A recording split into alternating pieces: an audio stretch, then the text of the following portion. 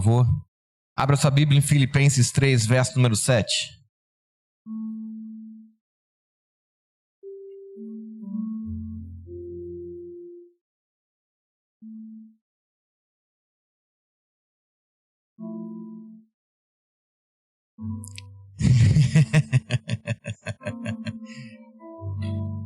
Vergonha zero, né, irmão?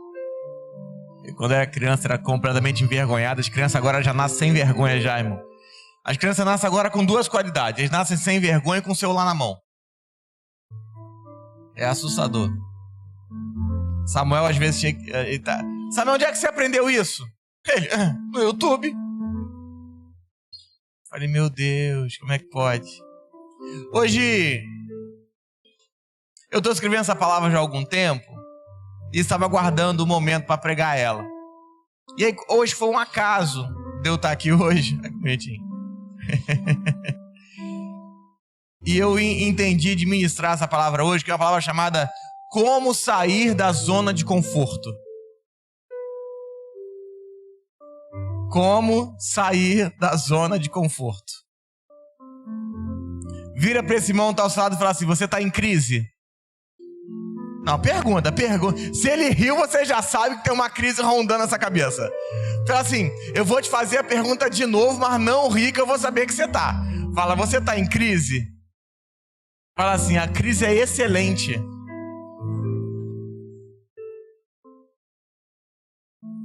Presta atenção. Bíblia. O povo no Egito era escravo.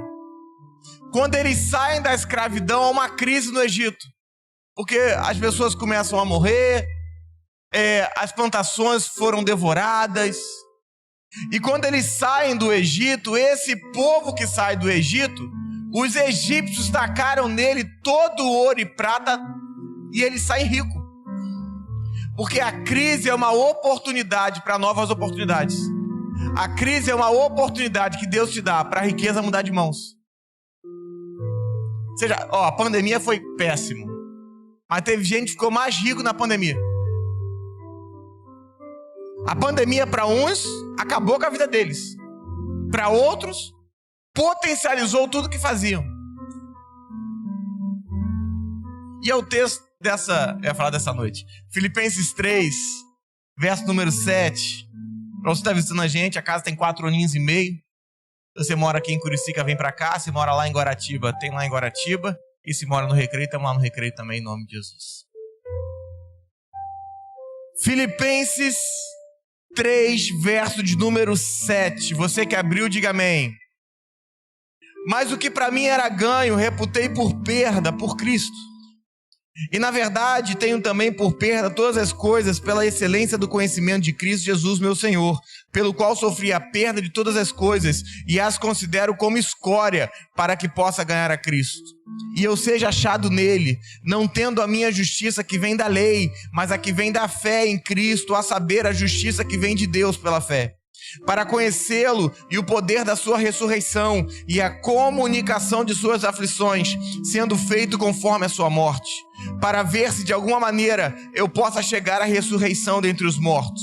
Não que eu já tenha alcançado ou que já seja perfeito, mas prossigo para alcançar aquilo que fui também preso por Cristo. Irmãos, quanto a mim não julgo que haja alcançado, mas alguma coisa faço, e é que, esquecendo-me das coisas que para trás ficam, avanço para a que estão diante de mim, prossigo para o alvo, pelo prêmio da soberana vocação de Deus em Cristo Jesus. Ó Deus, obrigado por hoje, pela sua graça, pelo teu amor, pelo teu carinho, que você possa falar conosco de maneira sobrenatural. Ministra ao nosso coração, que hoje seja um dia espetacular, e um dia de alinhamento, e que o Senhor possa nos desatar de tudo aquilo que estamos atados, em nome de Jesus. Se você pode, aplauda o Senhor.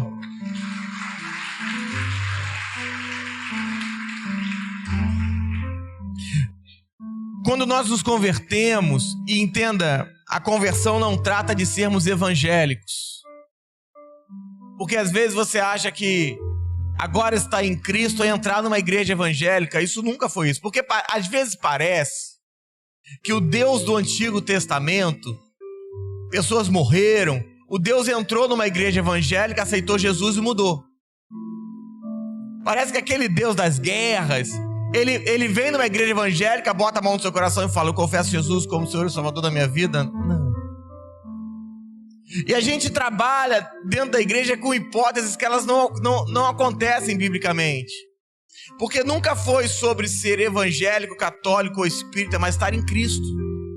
O nosso desafio é não sermos religiosos, inclusive não sermos evangélicos, não sermos católicos, não sermos espíritas. O nosso desafio é estar em Cristo. Qual é o nosso problema? É que nós levantamos bandeiras que não estão na Bíblia e não servem para nada. Você crê em Deus? Diga amém. Se você crê em Deus, a única maneira de você crer em Deus é na Bíblia, porque não existe outro artefato. Então agora, eu criei subterfúgios, eu tô falando bonito hoje, né? Eu criei subterfúgios para credenciar a minha fé. Eu creio em Deus dessa maneira. Oi? Não, mas não está escrito. Não, mas eu creio em Deus do meu modo. Não, mas tem que estar escrito. Porque eu só creio em Deus porque está escrito. E aí nós vamos criando. Eu sempre brinco, pessoal. As pessoas falam: pastor, eu sou espírita. Irmão, tem povo que crê mais em espírito que o cristão? Você não pegou. É o Espírito Santo, o Espírito de Deus. Eu sou católico. E todo mundo é católico. Não tem problema não, é confissão de fé. Eu sou evangélico. Ser evangélico tem um problema, que o povo evangélico é enjoado, irmão. Mas talvez, e só talvez, a gente tenha que trocar tudo isso para sermos filhos de Deus. Porque a herança está em ser filho, entender que eu tenho um pai e não levantar uma bandeira de fé. Até porque essa bandeira, em algum momento, eu vou voltar atrás dela. Porque eu não sei de onde você vem, mas para onde você ia ou vai, tem alguma coisa que você não concorda. E não tem problema com isso. O problema é se o que te é pregado está escrito. Porque agora o apóstolo Paulo fala assim: eu conheci a Cristo de tal modo que aquilo que eu acreditava que era ganho, hoje para mim é perda. Eu nem acredito mais nisso. Existe uma virada de chave quando você começa a escutar sobre Cristo, em Cristo, para Cristo. Todas as coisas foram feitas por Ele, para Ele, por causa dEle e nele. O agente executor de Deus é o Filho. Não existe nada sem um filho, não existe vida sem um filho, não existe verdade sem um filho, não existe caminho sem um filho.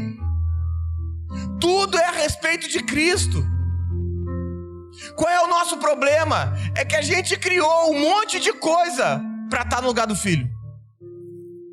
Jesus falou: eu sou o caminho, a verdade e a...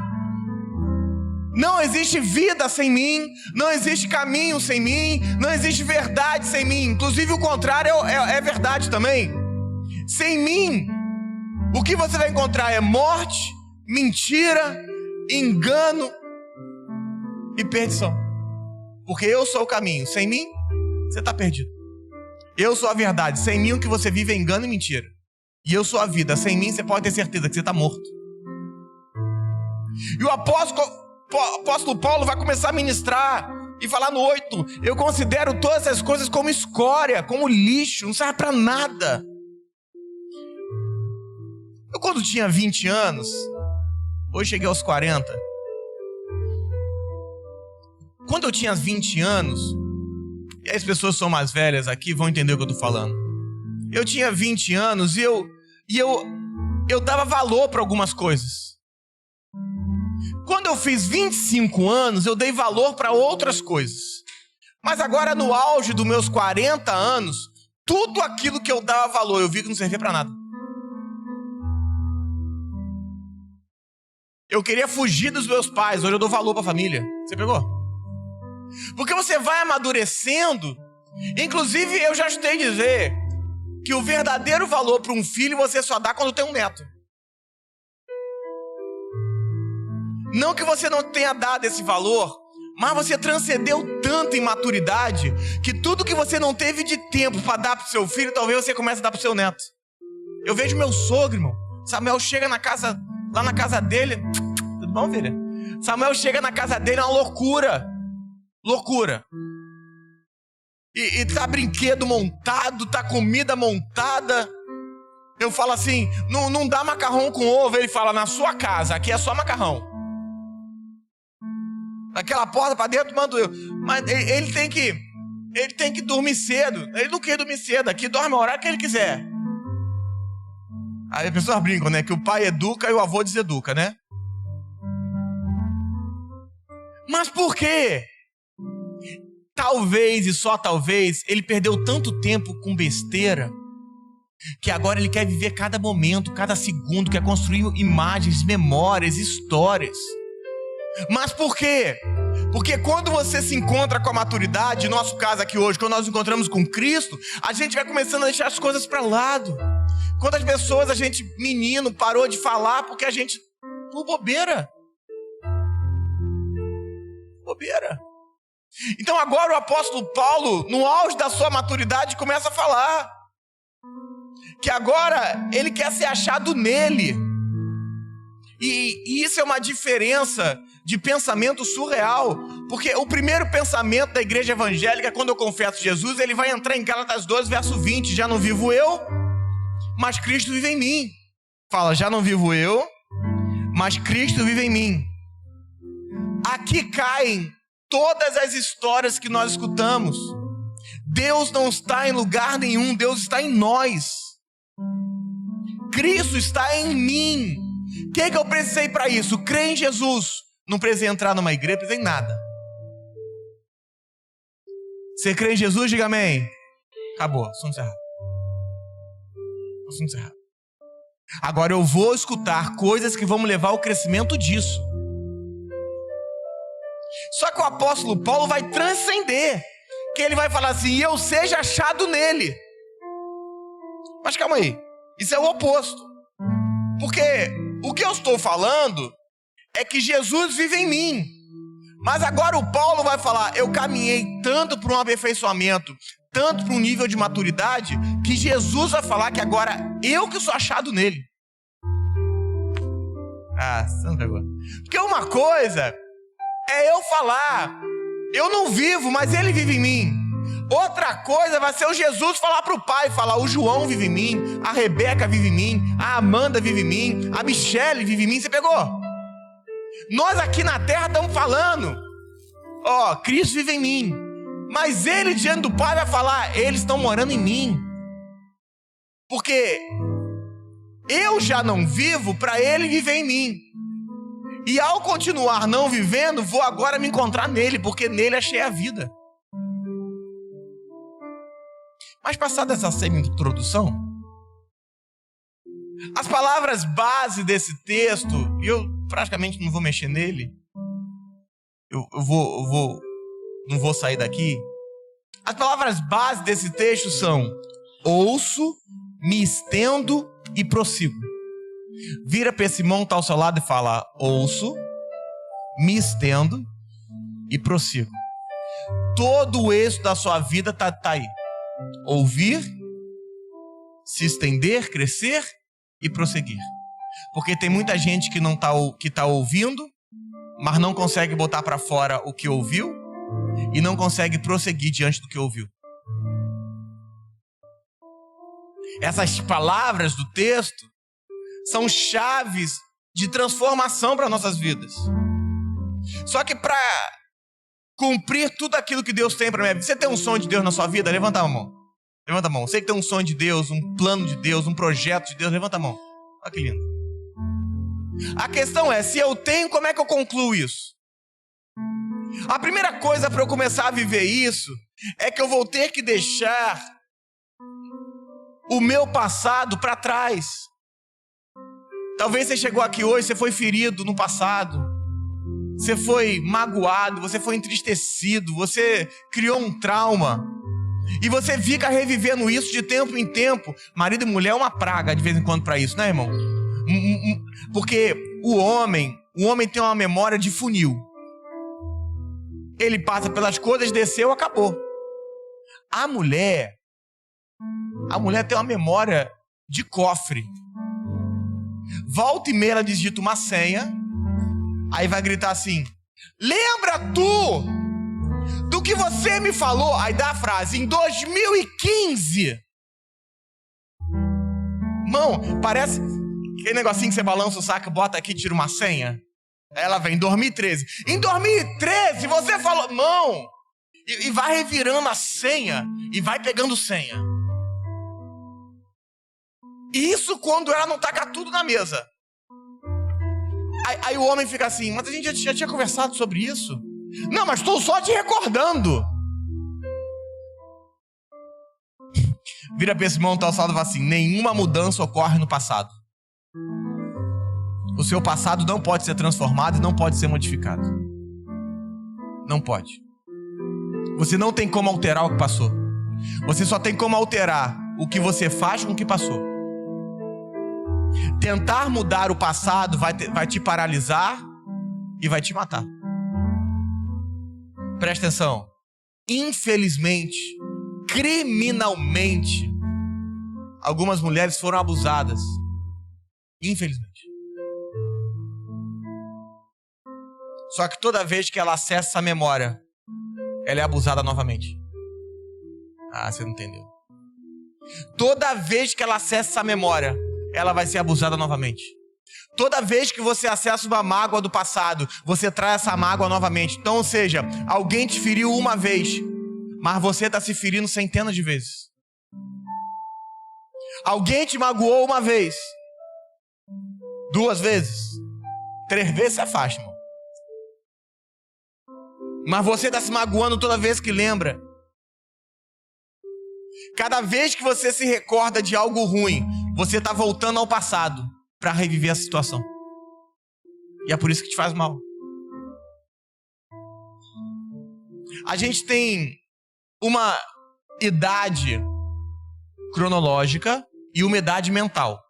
Eu vou dar um exemplo. O pastor Bruno tem 41 anos. Eu acho que é isso. 42, já perdi a conta. Imagina que 60, como é que faz? O pastor Bruno tem 42 anos. Mas de vez em quando eu tenho uma idade mental de 25, de vez em quando uma idade mental de 60. Todo mundo é assim. Mas existe uma idade cronológica que o meu corpo não me deixa mentir. Ficar toda hora na mesma posição da cãibra. Acorda um pouquinho de dor na coluna. A idade vai chegando, irmão. Só que, o que é ser velho?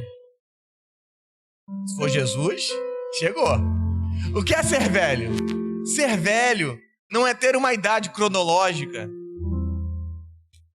Até porque tem uma galera aí de 70 anos, 60 anos, tá dando baile nos meninos de 25. Porque os de 25 estão assim... Estão morrendo, irmão. Morrendo. Pedindo pra Deus cavar o buraco. Mas ser velho é quando você tem mais coisa para recordar do que para viver. Quando as lembranças são maiores do que os seus projetos. Você já parou para conversar com alguém e ele fala assim, não, porque ano, pá, eu já fiz isso aí. Eu já fiz aquilo lá. Eu já vivi aquilo outro. Não, eu não quero saber o que você fez, eu quero saber o que você ainda vai fazer. As nossas lembranças se transformaram maiores que os nossos projetos. Abraão, com quase 100 anos, fez filho, irmão. A vida começando.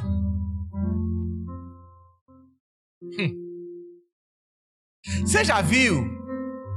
Você que tem vó viva? Eu tenho uma vó viva de 103 anos. Tá fazendo hora extra. 103 anos, irmão? Eu contei isso aqui outro dia. Meu pai falou assim, Bruno, você podia vir aqui orar pela sua avó, né? Ela tá gripada. Eu falei, vou nada. Se eu for, ela vai. 103 anos, Deus pode cobrar a hora, irmão, hora extra. Ela falou, ela escuta uns negócios, fica escutando pregação. E ela levanta a mão, fala assim, deixa levantar a mão não, irmão. Se ela levantar a mão, Deus puxa. Deixa não. 103 anos? Tá louco, irmão. 103 anos. E aí, quando eu ia na casa da vovó, que ela tava mais lúcida, né? E aí, o que ela fazia? Vou te contar uma história. Pegava uma cadeira, sentava na cadeira e começava a contar. Porque o seu pai, seu tio, vovó teve uns 10 filhos, né? Muito filho, não tinha televisão naquela época. Nem o plano de saúde era tão caro. Então, as escolas eram tudo públicas. morava na roça. E aí, senta para contar a história. E eu lembrei dessa semana. Aí Deus falou comigo: você já reparou que quem está correndo não consegue contar a história do passado? Você já reparou que quando você estiver acelerado na sua vida, você não consegue lembrar do ontem? Você tem que parar, tem que sentar, tem que parar tudo e falar: é porque eu me lembrei. Irmão, para de contar um pouco o que você fez ontem, o que você viveu ontem, o que você trabalhou ontem. Eu quero saber o que você vai fazer amanhã. Quais são os seus projetos? O que você tem que colocar no papel? O apóstolo Paulo falou assim, eu considero tudo que eu vivi como escória. Eu quero saber o que eu estou para frente.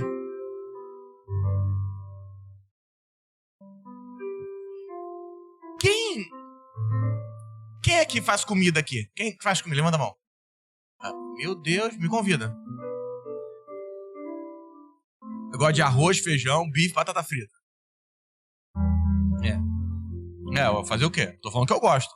E de sobremesa, um pudim de leite condensado. Só não pode pedir a Tatiana pra fazer, que não tem chance nenhuma. Chance nenhuma. Tatiana, uma vez a gente foi fazer um... Cala a boca. Você vê quando é verdade que se manifesta o Satanás, tá vendo? Todo mundo que quiser atrapalhar a pregação é cão, irmão. O diabo tentando envergonhar o pastor, vocês viram? Até o pastor, eu vou fazer o pudim da festa. Amém.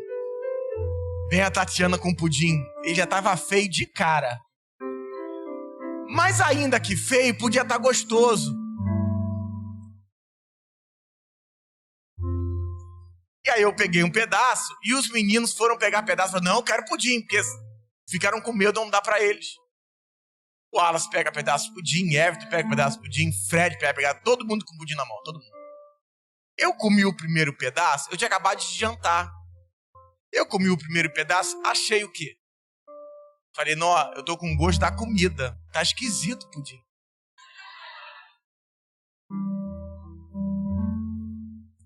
Quando eu fui dar a segunda colherada, o Wallace grita: tu fez aqui com o quê? Com terra?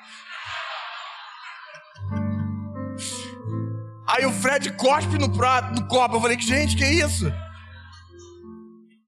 Olham pra mim e falam assim: não é possível que você gostou disso. Falei: não, eu fui tentar a segunda colherada, né? Então você que faz comida, tava muito ruim mesmo, muito ruim, muito ruim.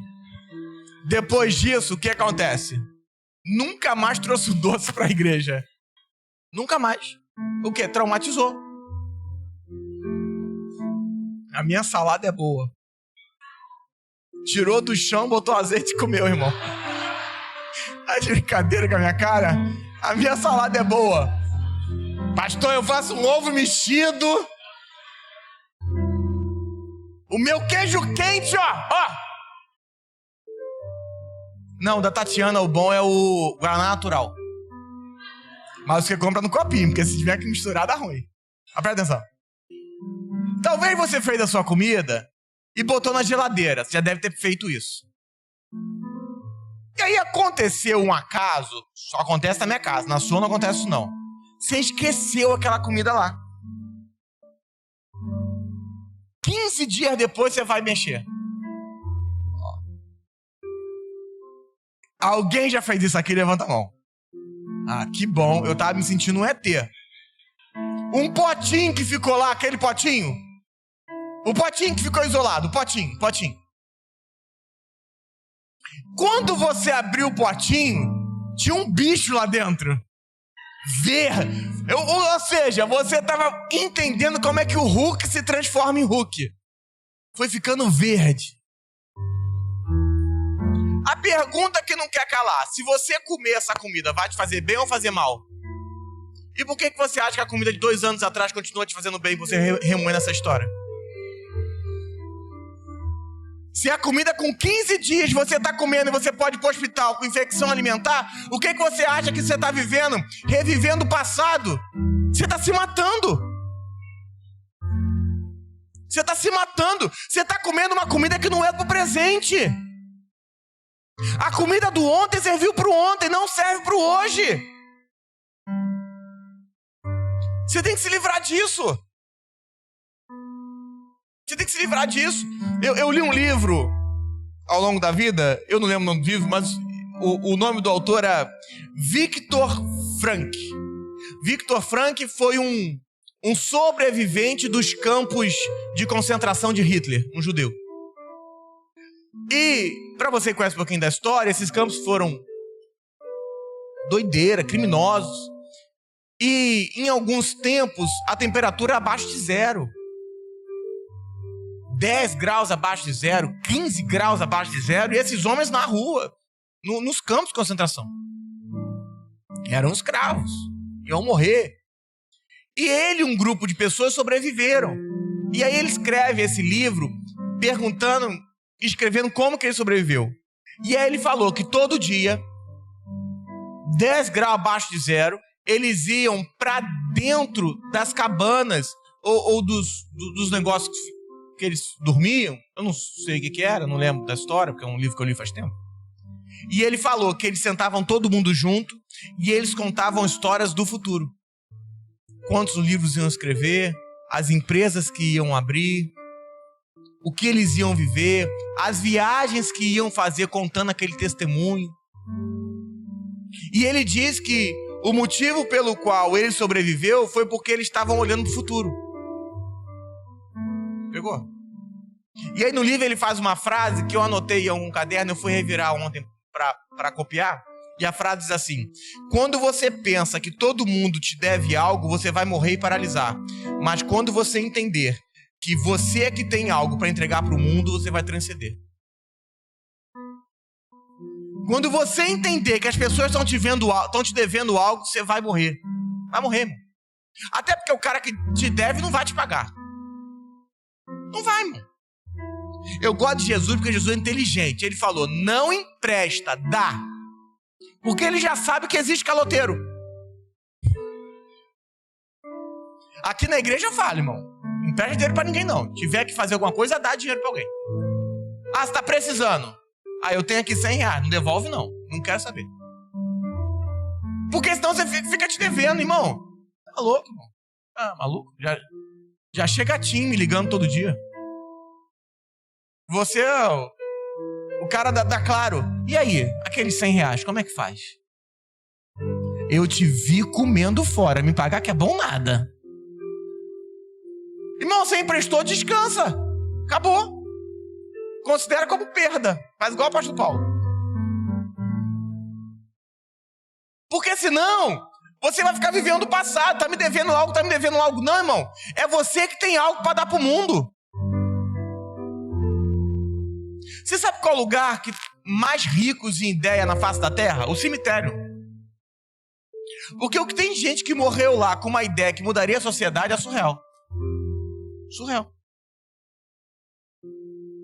Então agora, Deus quer, nessa nova etapa que você está vivendo, iniciar algo poderoso na sua vida. Mas você vai ter que sair da zona de conforto. Eu vou expor, a gente está conversando. O Renan tem passado dias assim, né? De ter que sair de uma zona, sendo forçado por Deus. Então, o que acontece, o Renan vai entender, e talvez você também. O que acontece é que quando você tem que sair de uma zona de conforto, é como se você estivesse sendo ameaçado por Deus. Você vê como uma ameaça. Como é que eu vou pagar minhas contas? Não, mas se eu investir nisso, como é que eu vou viver? E a minha segurança? Não, e minha vida? Você começa a sentir como uma ameaça. E você começa a ser pressionado por Deus para começar essa jornada nova, uma etapa nova, uma empresa nova, um projeto novo. Potencializar o que você já faz, mas você fica com medo. Porque você tem medo de dar errado. E detalhe, é Deus que está te empurrando e você falando assim, o diabo não quer me deixar quieto. Deus te pegando, irmão. E é de noite falando, e você está passando dificuldade porque você quer. Você está passando problema porque quer. Você está em crise porque quer. Resolve logo isso. Você está falando, é diabo, tá coisa da minha cabeça, é diabo. Deus quer potencializar você naquilo que Deus colocou na sua mão, irmão. Você não precisa inventar nada. O talento já está aí. Potencializa esse talento. Tem uma menina aqui na igreja que ela fazendo bolo doce, mano, é coisa de maluco. Maluco. E tem uma moça aqui na Barra que compra tudo dela.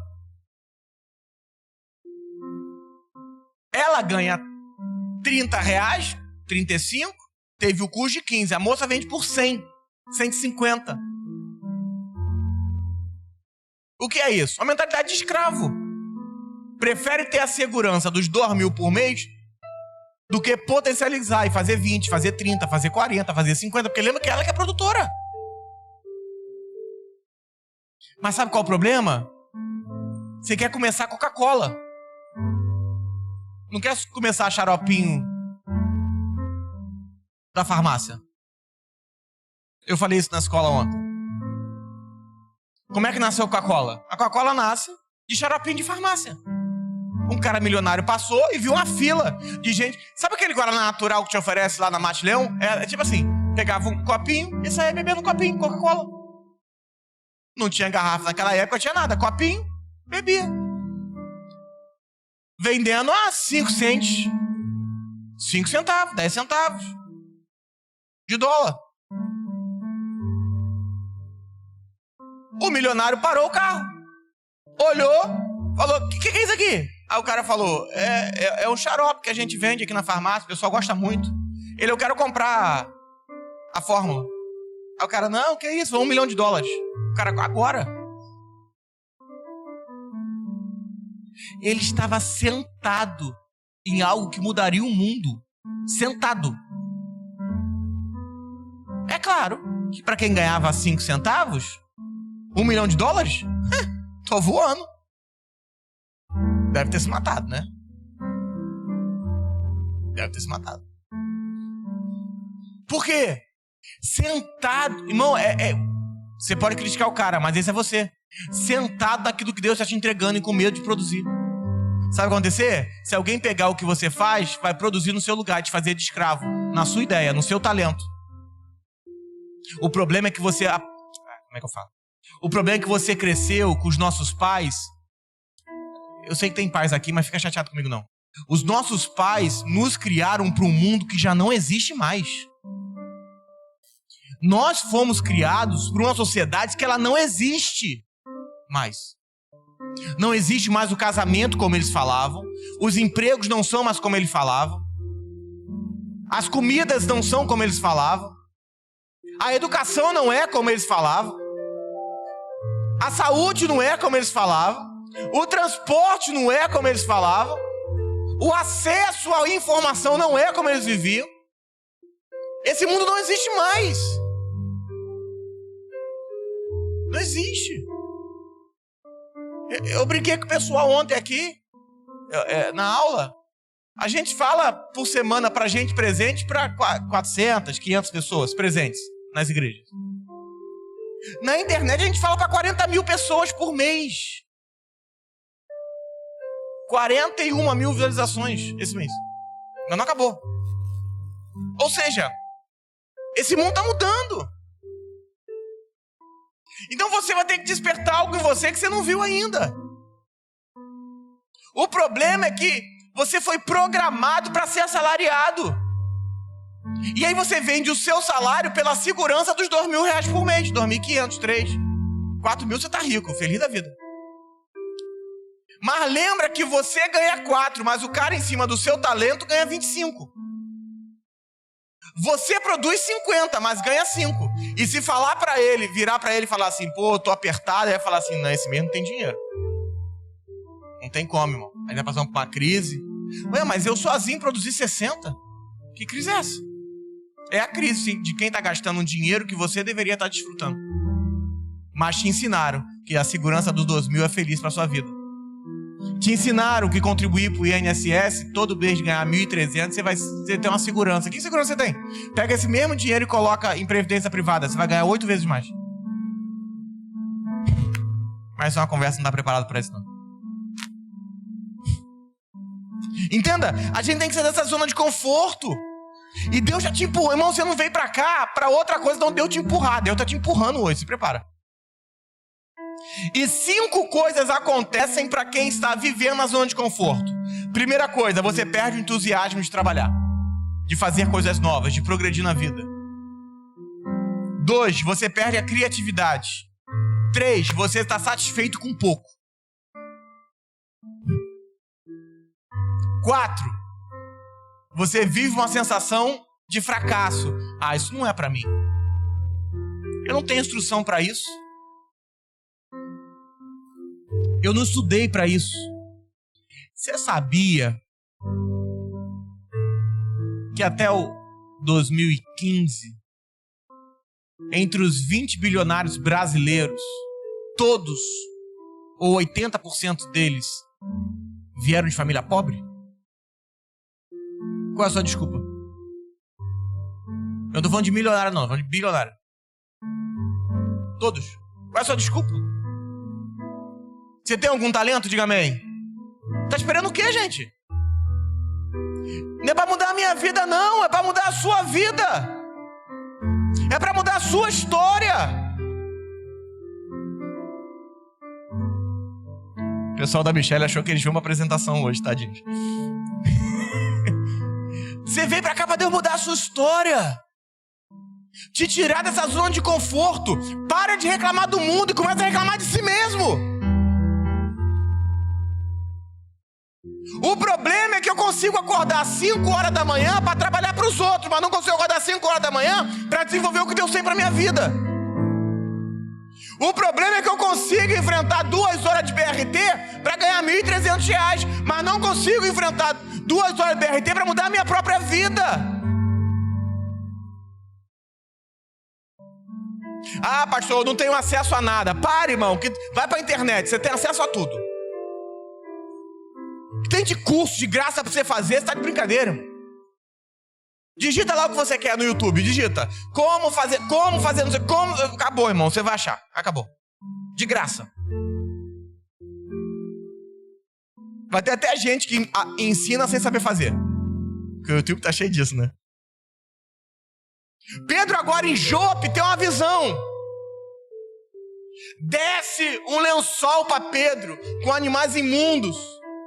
Deus vira para Pedro e fala assim, mata e come. Pedro fala assim, não posso, porque na minha boca nunca entrou coisa imunda. Esse é você. Aí Deus fala assim, mata e come. Aí Pedro fala assim, Senhor, tu sabes. Mano, isso é um desaforo com Deus. Deus que tá mandando, tu sabes que eu não como coisa imunda. Pedrinho do meu coração. É que eu já matei Jesus. Se não descer pra matar você. Eu, o Deus que escrevi no Velho Testamento que o que era coisa imunda, estou te dizendo, mata e come. Não. Esse é você. Deus falando assim, eu já te entreguei o projeto, e você fala assim, não vai dar certo. Senti no meu coração. Ontem eu falei disso, né? O coração é fantástico, né? O texto vai dizer que enganoso é o coração do homem. Irmão, se o seu coração tivesse sempre certo, você não tinha se metido em 50% das encrenças, você se meteu. Eu confio tanto nessa amiga. Estou confiando em você, porque eu tenho certeza que você não vai contar pra alguém, pra ninguém. Aí ela fala a mesma coisa. Aline, estou confiando em você. Aí a Aline fala a mesma coisa. Bárbara, estou confiando em você. A Bárbara é namorado. Amor, você não sabe o que aconteceu. O Júnior é músico, chegou no grupo de louvor, falou, galera, vocês não sabem. Ô pastor, os músicos da igreja são assim? Irmão, pensa comigo. Jesus preferiu um Judas do que ter músico na equipe dele. A equipe de Jesus não tinha músico não, irmão. Quem era músico da equipe de Jesus? Pensa no músico aí do Velho Testamento. Eu falar em músico, o Velho Testamento, você lembra de quem? Vai, calma aí, que essa é legal. Se eu falar assim, um músico do Velho Testamento, você lembra de? Davi. O assassino do Velho Testamento. Davi era aquele homem, todo mundo fala bem, mas ninguém queria ter como amigo se fosse casado. Preferiu matar um cara pra ficar com a mulher dele. Irmão, se você tivesse um amigo igual Davi, a hora que ele batesse na porta, você falasse, pode sair. Você não. O Salomão entra, o Davi não. O Salomão também tinha muita mulher, então também não entra também não. Vai passando, pai pra filho. Mas vai dançando, irmão. Mas o seu coração, você tá... Eu estou em paz no meu coração. Deixa eu fazer uma pergunta pra você. Quantas vezes você quebrou a cara por cada parte do seu coração? Porque a questão não é se você está em paz ou não, é se Deus mandou ou não. Eu vou falar pro pessoal que tá novo, veio hoje pela primeira vez, pra você ficar tranquilo. Tem dia que a gente vem na igreja e a gente também não quer, não. Talvez você acordou hoje, o pessoal da apresentação falou assim, tem uma apresentação lá na igreja evangélica. Igreja evangélica é um porra, irmão. Eles vão falar que a gente vai pro inferno. Daqui a pouco manifesta um demônio lá, a gente não sabe se é demônio, se é emocional, a gente fica em dúvida.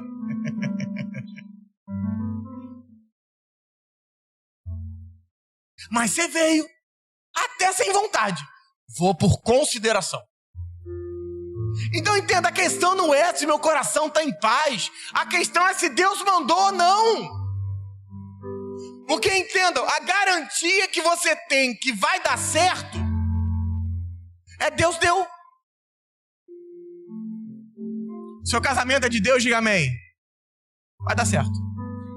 Mesmo que algum dia ela corte TPM, vai dar certo. Tá certo. Então Pedro fala, eu nunca comi isso. O que nós vemos aqui é um trauma de Pedro por uma mudança. Pedro não queria mudar. Nunca entrou animal desse tipo na minha boca. Mas quem mandou? Quem escreveu que os animais eram expuros, mandando ele comer? E esse texto acontece porque Deus queria enviar Pedro para os gentios, para os não-judeus. E o que acontecia na época era que se um judeu entrasse na casa de um gentio, o judeu era considerado imundo. Aquilo era considerado uma abominação para Deus, segundo o que eles criam. No novo pacto, depois da vinda de Jesus, para você entender, eu não venho à igreja para buscar a presença de Deus. Eu vou na igreja para buscar a presença. Quem é você? Um louco. Porque isso é antibíblico. Porque já não vivo eu. Como é que eu posso buscar a presença? A presença está em mim. Eu venho à igreja para ser edificado, para poder desfrutar daquilo que Deus quer me entregar nessa estação. Eu venho à igreja porque o novo pacto, ele é apostólico. Eu venho à igreja para ser amadurecido, para poder arcar com tudo aquilo que Deus quer me dar.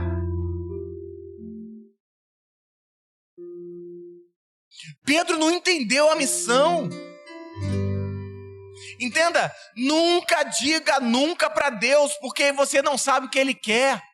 Irmão, eu vou falar um negócio para você. Eu declarei até os meus 21 anos que eu nunca entraria numa igreja evangélica. Parece pegadinha, virei pastor. As pessoas iam me converter. Eu nunca fui evangelizado. Porque eles viam e falavam assim, quando vinha que era da igreja, você é da igreja? Eu quero falar, não, irmão, sai daqui. As pessoas falavam assim, não, mas você vai para o céu. Eu falei, vai para ficar junto de você? Eu prefiro ir para o inferno. Não tinha como ser evangelizado, irmão, não tinha como. As pessoas vinham falar comigo e falavam assim, irmão, pare, aquele assunto chato de céu, inferno, diabo, me deixa com a minha vida. Já que não deixei ninguém me evangelizar, um dia sonhei com Deus mandando para um local. Cheguei lá, era uma igreja. Entrei na igreja, irmão, comecei a chorar igual maluco. As pessoas acharam que eu estava doente. Sabe quando você pega alguém muito, muito mal e você dá uma palavra de amor para ela e fala assim, Jesus te ama. Sabe aquele negócio? Irmão, eu caí de soluçar. Vieram diáconos à igreja e falaram: filho, você tá bem? O pastor pregando. Irmão, quem me conhece sabe que eu sou difícil de chorar. Irmão, os prantos. Não sabia o que tinha acontecido. Depois disso, nunca mais saí. Aí Deus falou: você não queria entrar na igreja? Não, vai virar pastor. Só de brincadeira. Então entenda, nunca fale nunca para Deus. O problema é que você não sabe para onde sua vida vai. Ai, por que você acorda? Acordo para trabalhar, porque se eu não tivesse trabalhado, não acordava. Por que você trabalha? Eu trabalho para poder comer, porque se eu não tivesse que comer, irmão, nem trabalhar, eu trabalhava. E por que você come? Porque se eu não comer, eu vou morrer. Que vida chata! Que coisa chata, irmão! Ou você acorda falando: vou trabalhar. Aí eu trabalho. Só tô vindo porque eu só acordei por causa disso. Irmão, não tem como a vida dessa dar certo, irmão. Não tem como. Você acorda, vai trabalhar e fala: ai, minha cama. Ai, Jesus. Chega no trabalho, Deus dá bom dia. Você fala assim: bom dia só pra você, irmão. Bom dia pra mim é só depois do almoço. Que vida chata. Sem propósito. Pra pagar a conta. Que coisa chata de viver, irmão. Coisa chata. É chato. É por isso que você não se aguenta de TPM. Já descobri.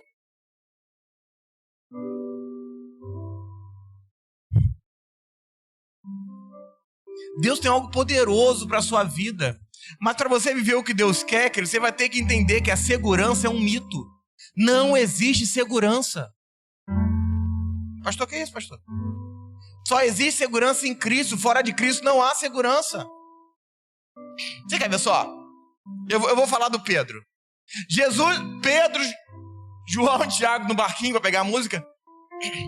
Jesus vem andando como fantasma. Pedro ora para Jesus. Vê Jesus e fala assim: mestre, se é tu, deixa eu ir caminhando até você sobre as águas. Jesus fala: vem. Ele ousadamente bota o pé sobre a água e vai andando sobre as águas. Que experiência maravilhosa. Se fosse você, falaria a mesma frase, pegaria uma pedrinha e dá aqui, ó. Se a pedrinha afundar, não vou nem que a vaca tussa, irmão. Tá chovendo, tempestade, pseudo-fantasma do outro lado. A experiência que você teria perdido de andar sobre as águas. Vai dizer que você não jogou uma pedrinha? Duvido, irmão. Pegava o chinelo e dava aqui, ó. Vou nada, vou afundar, não sou bobo.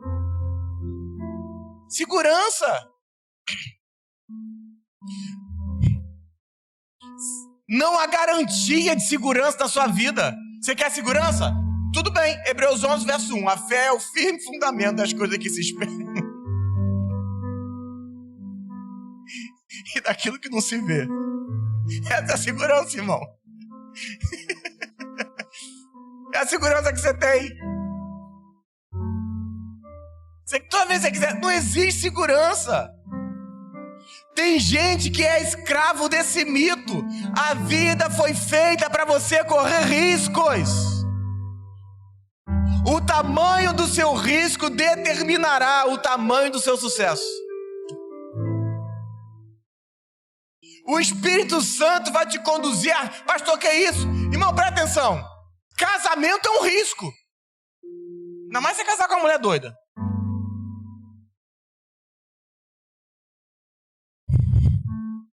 Os casados respiram. Se você é casado, não olha pra sua esposa agora não, irmão, que ela vai achar que você tá chamando ela de doida. Mas ficar solteiro é um risco também. Vai envelhecer sozinho? Ter filho hoje em dia é um risco. Mas não ter também é. Andar de avião é um risco. Andar a pé também.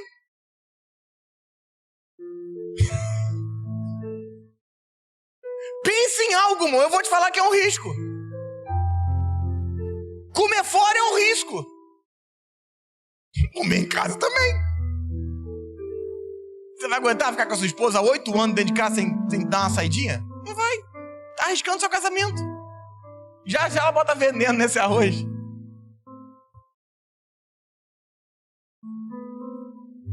Andar de avião é um risco, mas não chegar ao destino que Deus quer da sua vida é um risco também. Abrir uma empresa, vai, ser empregado.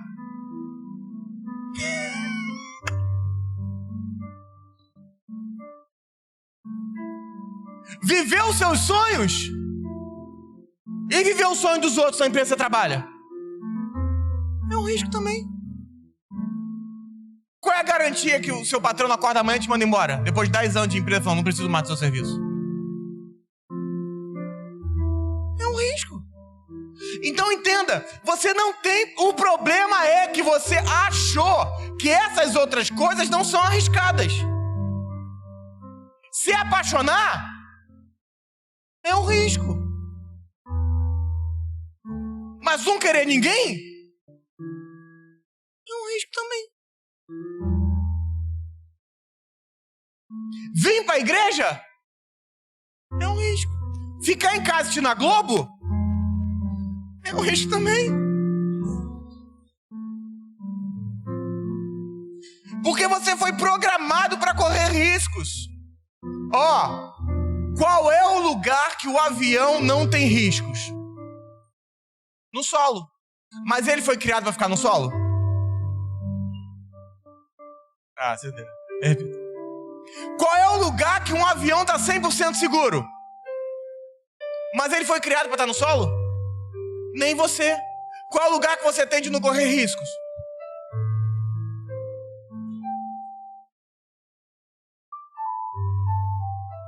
Mas você foi criado para não correr risco? Não, irmão. Você não foi criado para isso. Você não foi programado para isso. Vira para esse irmão, tá ao seu lado e fala assim: você foi criado para correr riscos. A revelação, o louvor para subir. A revelação do lençol se dá em Jope. Mas uma outra história acontece em Jope também. Você lembra de qual? Jonas. Qual é a história de Jonas? Deus quer enviar Jonas para Nínive. Abra em Jonas 1, verso 3. Eu vou ler aqui, se você não abrir, eu leio. Jonas 1, verso 3 vai dizer assim: Jonas se dispôs, mas para fugir da presença do Senhor para Tarsis. E tendo descido a Jope, achou um navio que ia para Tarsis. E pagou, pôs a sua passagem e embarcou nele, para ir com ele para Tarsis e para longe da presença do Senhor. Jonas também vai para Jope porque decidiu não ir para onde Deus queria, não fazer o que Deus queria, não viver o que Deus queria.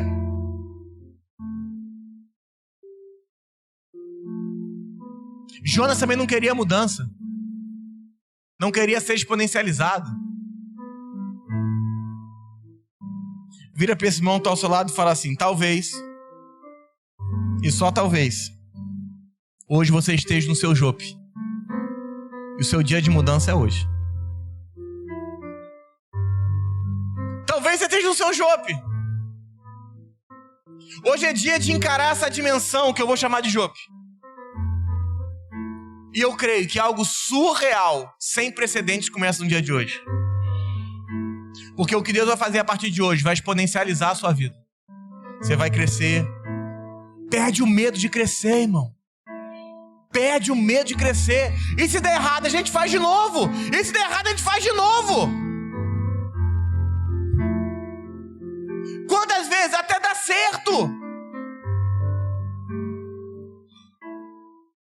Deus hoje abre um lençol, só para os espirituais, sobre a sua vida hoje.